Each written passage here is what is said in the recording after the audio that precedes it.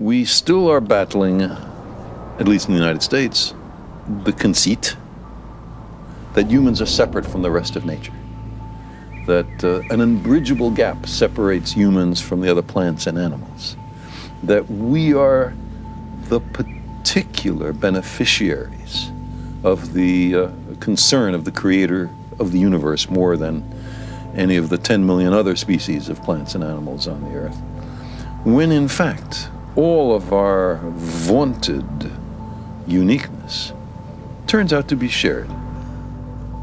Here we are like mites on a plum, and the plum is this little planet, and it goes around an insignificant local star, the sun.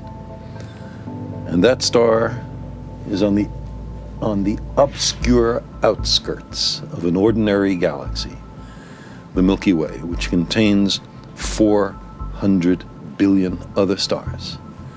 And this galaxy is just one of something like 100 billion other galaxies that make up the universe. And it is now beginning to look, this universe is one of an enormous number, maybe even an infinite number, of other closed-off universes. So the idea that we are central, that we are the reason there is a universe, is pathetic.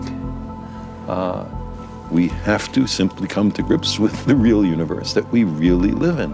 And if some of our myth and some of our religion is inconsistent with it, it's time to change the myth and the religion. We simply have to keep an open mind.